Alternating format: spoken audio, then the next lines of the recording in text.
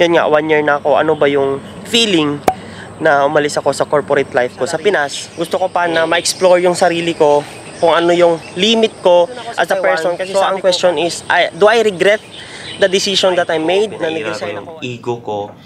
So, uwi ako ng Pinas. So, don't expect na yung trabaho natin o yung trabaho nyo is magaan. My parents is, 70 plus years old doon. And, yung mga sponsorship talaga, grabe. Sponsor sa barangay, sponsor sa birthday, sponsor sa...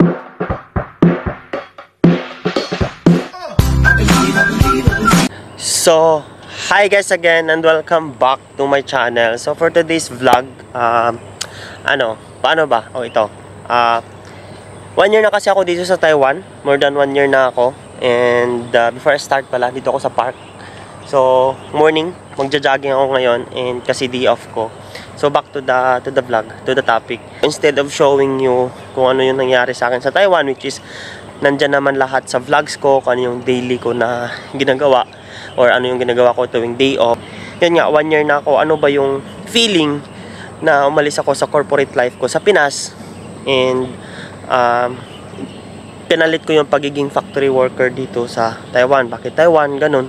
So, may mga questions kasi na from mga kababayan na kung okay ba dito sa Taiwan and kung ano yung mga experiences ko, ano yung type na trabaho ko, and may mga some na bago pa lang dito sa Taiwan na-receive ako ng mga chats na gusto nilang mag-resign and kung paano mag-resign kasi wala pa silang 1 year.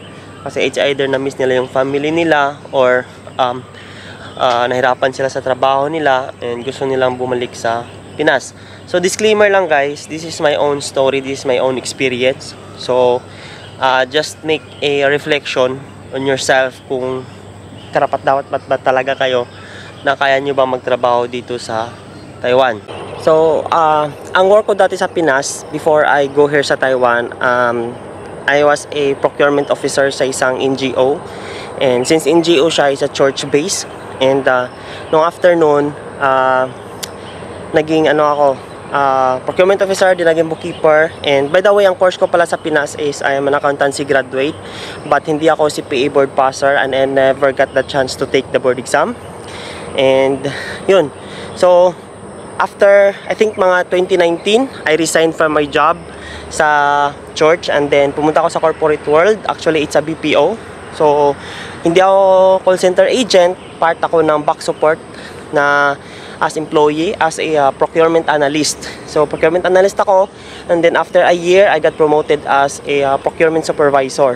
So, the pressure is really on and ayun. So, maganda naman yung trabaho, maganda yung salary. So, if single lang ako, single naman ako. If wala lang akong, responsibilidad, hindi naman siya totally na 100% responsible ko, but I took a responsibility na magbalik ako ng something sa parents ko. So, I considered myself as parang naging, yun, alam yun, yung parang breadwinner na ikaw yung nagsusupport, especially sa parents mo. Ayun, so, siyam kami mga kapatid and ako yung bunso. So nag-story lang ako para at least ma-relate nyo kung bakit talaga ako nag-abroad, pumunta ng Taiwan. So my salary back then sa Pinas nung pinaka-last kong na job is around 33,500 and that is a gross salary. And wala pang kaltas doon yung benefits. So magninet ako, kaltas yung mga benefits, nagninet ako ng mga around 28,000, almost 29,000. And hindi pa kaltas doon yung food, accommodation, transportation, and yung mga gala ko minsan, and yung mga basic needs ko. So, if titingnan nyo, malaki naman siya as a single earner and working as sa corporate na ladder compare mo sa other na nagtatrabaho. So, malaki na yun actually. So, nakaka-save naman ako, nakakapag-invest ako nakapag-invest ako sa stocks and meron ako natabing savings, which is yun yung panggasto ko papunta dito sa Taiwan. And yung pag-resign ko pala guys, yung pag-resign ko dun sa Pinas, yung mga other jobs ko, it's not because hindi ko gusto yung employer ko or hindi ko gusto yung mga katrabaho ko. It's alam mo yun, self-fulfilling na decision na gusto ko ng bago sa buhay ko. So that's why nag-resign ako sa una kong job. as a procurement officer sa isang NGO, non-government organization.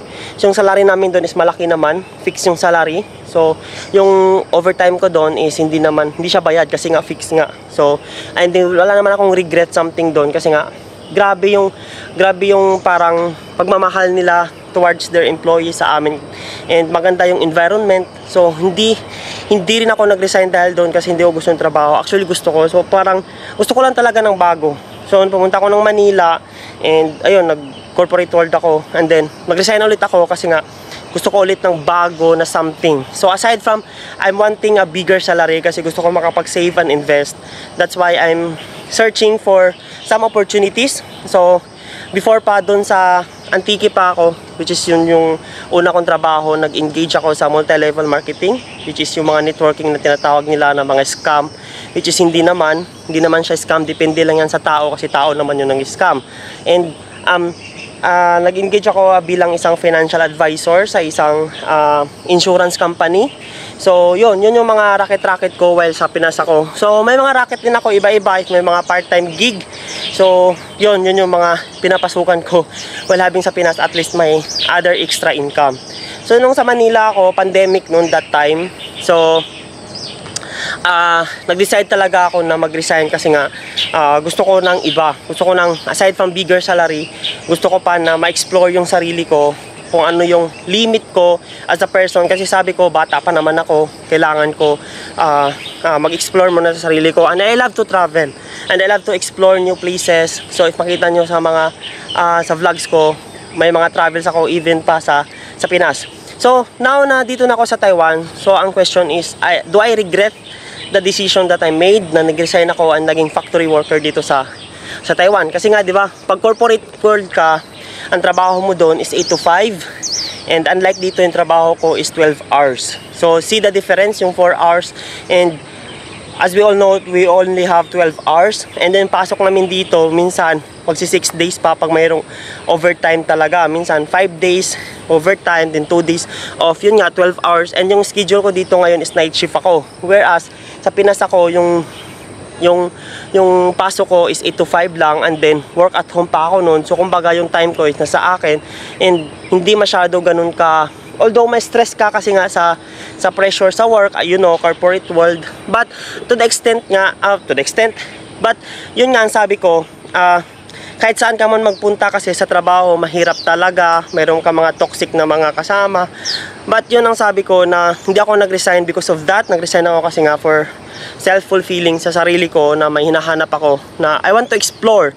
So ganun ako sa person. So that's why if nanood ka nito and you want more in your life and you don't know what it is, maybe it's a sign for you to explore new opportunities aside from being in a corporate world na hindi siya line kung ano yung kurso na tinapos mo. For example, ako, accountancy graduate ako, but naging factory worker ako dito sa Taiwan. It's not about the salary that you're earning. It's not about the people that you are with. It's about on your, yun, sa sarili mo, yung peacefulness na masasabi mo na ay, okay ako nito. Okay ako dito, masaya ako. So although being happy is subjective and it's constant change, nagbabago yan. Yun. So wait lang, mamaya continue ako. So yun. So pag dito ka sa di ako naiyak. So the question is, kumusta ako? Kumusta ako dito pagiging factory worker dito sa Taiwan? So actually, ang masagot ko is di naman totally maging honest na ako, maging prangka na ako sa inyo. Ang decision kasi na pagpunta ko dito, parang not for the sake lang for myself. So actually for my family and yun, personal growth. Pero pagdating ko dito, yung naging trabaho ko is nung una is nandun yung buhat. So since galing ako sa corporate world, nakaupo lang ako doing computer jobs. So hindi ako sanay. Although lumaki ako sa isla, nagtatrabaho ako sa farm or sanay sa physical labor. So parang, syempre, matagal akong hindi nagaganon kasi nasanay ako sa nakaupo lang. Pero for the sake nga na nag-decision ako na mag-abroad, sabi ko nga dati na mag-abroad ako kahit sa Saudi, kahit maging janitor ako or what, basta lang makapag-abroad ako, kayanin ko. So since I made that commitment, so kailangan ko siyang panindigan. So gusto ko lang i-impart sa inyo na when you make a decision, kahit may mangyari man na masama or kahit hindi nyo man gusto kung ano yung naging buhay nyo dito, hope na panindigan nyo yung decision na yan. Kasi ang consequences kasi after So for example, if ako, nag-resign ako dahil hindi ko gusto yung trabaho ko dito or hindi ko nakayanan ang trabaho ko dito kasi nga pinairal ko yung pride ko, pinairal ko yung ego ko. So uuwi ako ng Pinas. So pag uuwi ako ng Pinas, then after what? So babalik ako so kung ano yung naging normal ko na buhay ko sa Pinas. So I'm not saying na my life in the Philippines is not good. So don't get me wrong there. Maganda yung buhay ko sa Pinas. Na-enjoy ko siya. Yung mga colleagues ko, the friends, and the environment, okay na okay talaga. So, ang kakaibahan lang talaga dito sa Taiwan is malaki yung nasasahod ko, to be honest. So, if nakita niyo yung vlog ko kung magkano yung sahod ko na may OT. But, merong time na bumababa yung sahod namin kasi nga minsan walang gawa. So since normal siguro yan sa mga factories, and ngayon nga may mga kachat ako na sa kabilang branch na na-lay off na kanina lang 50 plus sila. So ano sila, Crystal. So yung EUO may dalawa, Crystal and Optronics. If you are from nag-apply ka for EUO. So yun. So ngayon lately hindi ako, may pinagdaanan na ako sa mental health ko, emotional. So, nag-deactivate ako. Nag-uninstall ako sa Facebook ko, tsaka Messenger for almost 2 months kanina. Kagabi ko lang binalik actually. So, actually, naka-help siya para ma-recover yung parang, hindi ko rin ma-explain, hindi ko rin ma-share sa inyo kung bakit ako nang kaganon. So, ito yung siguro sa dahilan din na nagpakalbo ako. So, yun lang. May mga bagay na hindi ko ma-explain minsan sa sarili ko, but, ang naka-cope up lang din is ako lang din. So, yun. So, ang buhay naman kasi abroad, unang-una is parang dapat matuto kang mag-isa. Kasi, di ba malayo ka sa family nyo. And you can't expect from your friends more. Kasi may mga pinagdadaanan din sila. May kanya-kanya din silang problema sa buhay. So, kailangan mong lumaban na mag-isa kung ano man yung mga struggles mo in life. So, yun. Dapat, yun lang talaga yung ma-advise ko when you go here sa abroad. Dapat matuto kang mag-isa sa buhay. Lumaban and kayanin mo kung ano man yung magiging decision mo. So, wag kang balimbing. So, kung nag-decide ka na magpunta dito, panindigan mo kung ano yung maging buhay mo dito. Kasi, ang nakikita ko kasi, when you are applying, gusto nyo, pag you're curious kung ano yung maging trabaho nyo pagdating dito, parang namimili kayo na magaan ba yung trabaho dyan, hindi ba ganun kabigat, or what, or whatsoever. So, pagdating nyo dito, guys, since you are being paid well, mas malaki yung nakukuha nyo na bayad kaysa compared dun sa Pinas. So, don't expect na yung trabaho natin o yung trabaho nyo is magaan kung ano yung naging trabaho nyo sa Pinas. So, expect nyo yung trabaho nyo dito is mabigat. And dagdag pa na yung trabaho natin dito is 12 hours a day. So, we have 24 hours lang in a day, and yung makukonsume yung 12 hours sa trabaho. So, kumbaga, yung kapital nyo dito is yung katawan natin, and lalo na pag night shift ka, talagang mag-a-adjust ka talaga sa tulog. Except lang if sanay ka na sa Pinas ka na sa night shift ka. So yun, so nag-regret ba ako na pumunta ako dito? Actually, wala akong regrets. Kasi, yeah, totally. If i-total ko, wala akong regrets. Alam niyo kung bakit? Kasi, in the first year pa lang ako, 8 months pa lang ako dito, natupad ko yung dream ko na makapag-invest ako sa condo. And yung mga plans ko while sa Philippines ako, nabilhin ko yung lupa ng mga kapatid ng tatay ko, which is unti-unti na namin siyang nabili with the help of my brother, of course. Tapos, yun, yung mga na-experience ko na dito na sa Pinas kasi hindi ako masyadong bumibili para sa self ko in terms of clothing, shoes, na mga branded. So, ngayon, nabili ko na siya dito. So, kumbaga, mas na-fulfill ko kung ano yung gusto ko na compare ko na nandyan ako sa Pinas. Kasi ganun pa din naman eh. Pag nandito ako sa Pinas, sa Manila ako nag-work, and I'm away from my family na nandun sa, nanirahan sa island. So, although pag gusto kong umuwi doon, mas mabilis. Pero dito kasi hindi ka basta-basta makauwi. So, yun. So, ang loneliness na ma-feel mo bago ka pa lang pagdating dito, ma-experience mo talaga. So parang naglulonging ka na iba yung malapit ka sa family mo kaysa nandito ka sa Taiwan. So titilyo guys, pag nandito ka na sa abroad, lalo na pag first timer ka, halo-halo yung emotions eh.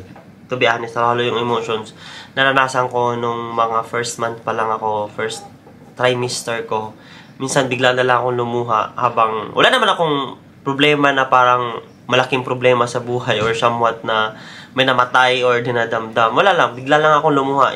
Lalo na pag na-miss ko yung parents ko. Ewan ko lang, na-miss ko lang yung tatay ko, nanay ko, yun talaga. And yung mga kapatid ko, yung parents ko talaga.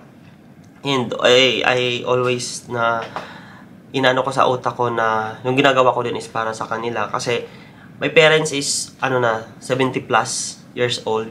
And alam nyo, yung mga pinagdaanan namin dati is very hard. And somewhat gusto ko na hindi na sila maghirap. Kasi, di ba? So sabi ko, they deserve a good life.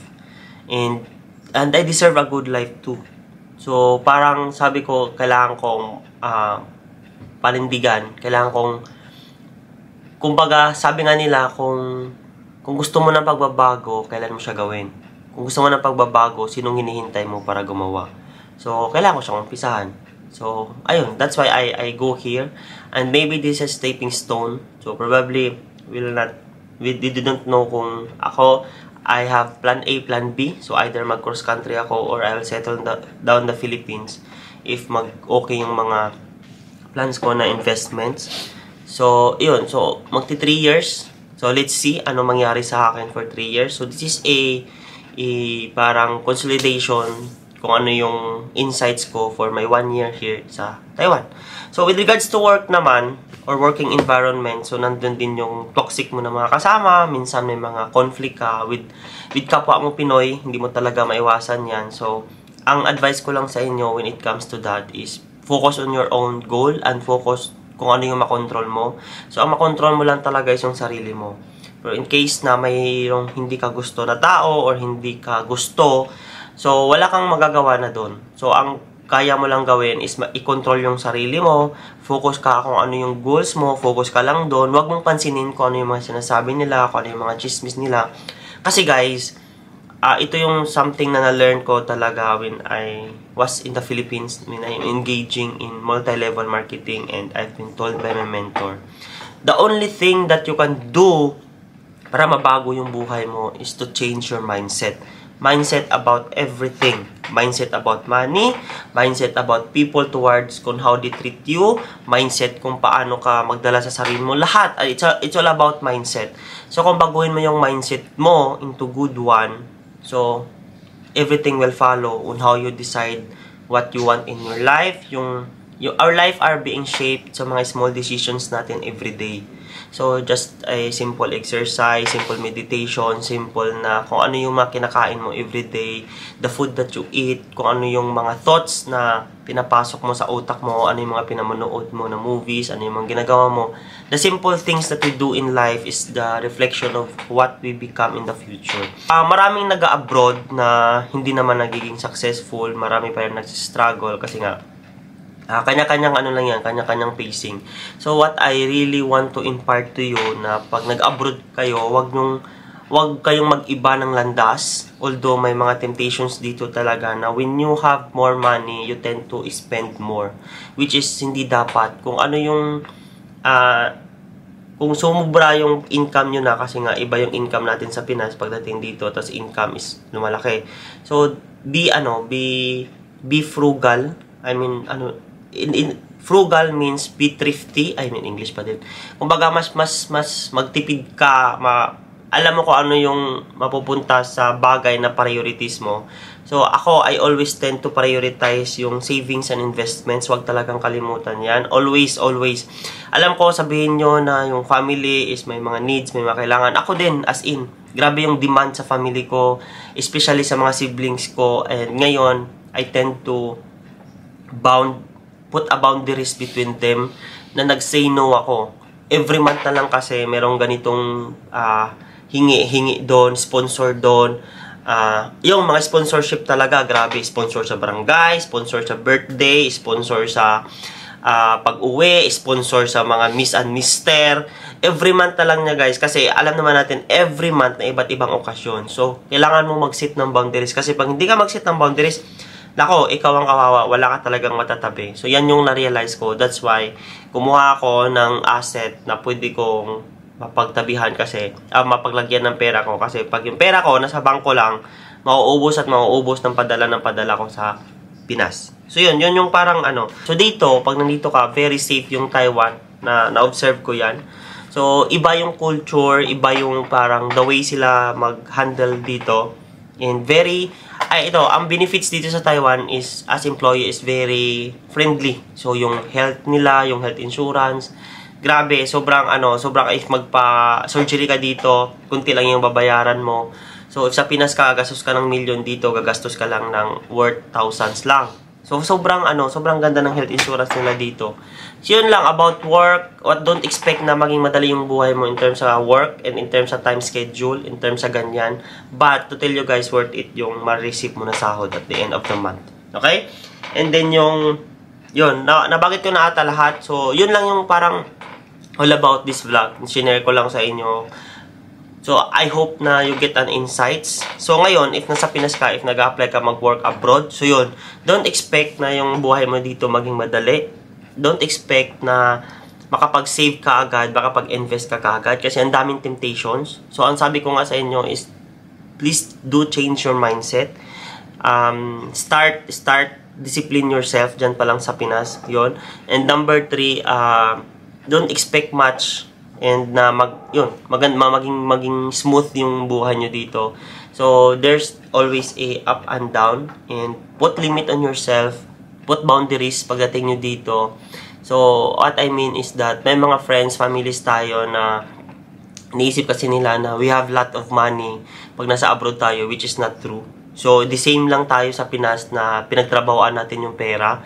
Ang pagkakaiba lang is malaki lang yung nakukuha natin compare sa Pinas. And yun, ang ano ko lang talaga is don't forget to save and invest. At least apply the 80-20% rule or kung ano man yung mga rule about savings. 20% expense, 50% expense, 20% savings, 30% personal needs, mga ganun. I-apply nyo yan siya guys para at least magka-save talaga kayo. And yan talaga eh. So, always, delayed gratification. What do you mean by that? Delayed gratification is sacrifice a little bit. Sacrifice 3 years muna na paghihirap para sa forever na, na parang financial or okay na buhay. More blessings to come. So, thank you so much for watching. And, ayun, hindi mo na ako mag-shoutout kasi hindi ko nalista yung gusto magpa-shoutout. But I'm very thankful for always watching my video, subscribing to my channel. So, yun. So, we're road to 7,000 subscribers and I didn't expect. So, guys, if nagtatanong kayo kumusta yung EUO, si EUO is, I think they are doing well in terms of running the business. Kasi, kumbaga, madami ngayon, humina talaga. Wala kaming OT. And yung nabanggit ko kanina na nag-lay off yung sa isang branch namin. But they're still doing great naman to cater all na magkasahod kami dito. Okay yung kasi sa business naman kasi up and down eh. So importante doon is they don't declare a bankruptcy, which is hindi ko naman nilolook forward yun. So ayun. So, that's why importante, pagdating nyo pa lang dito is focus kayo sa goals nyo. Kung ano yung pinunta nyo dito, dapat, focus lang kayo. Kasi, maraming distractions. But, yun nga, sabi ko, focus lang kayo. So, yun guys, thank you so much for watching this vlog. As I always said, always believe in yourself. And God is good all the time. And all is well. Bye-bye, God bless, and good luck.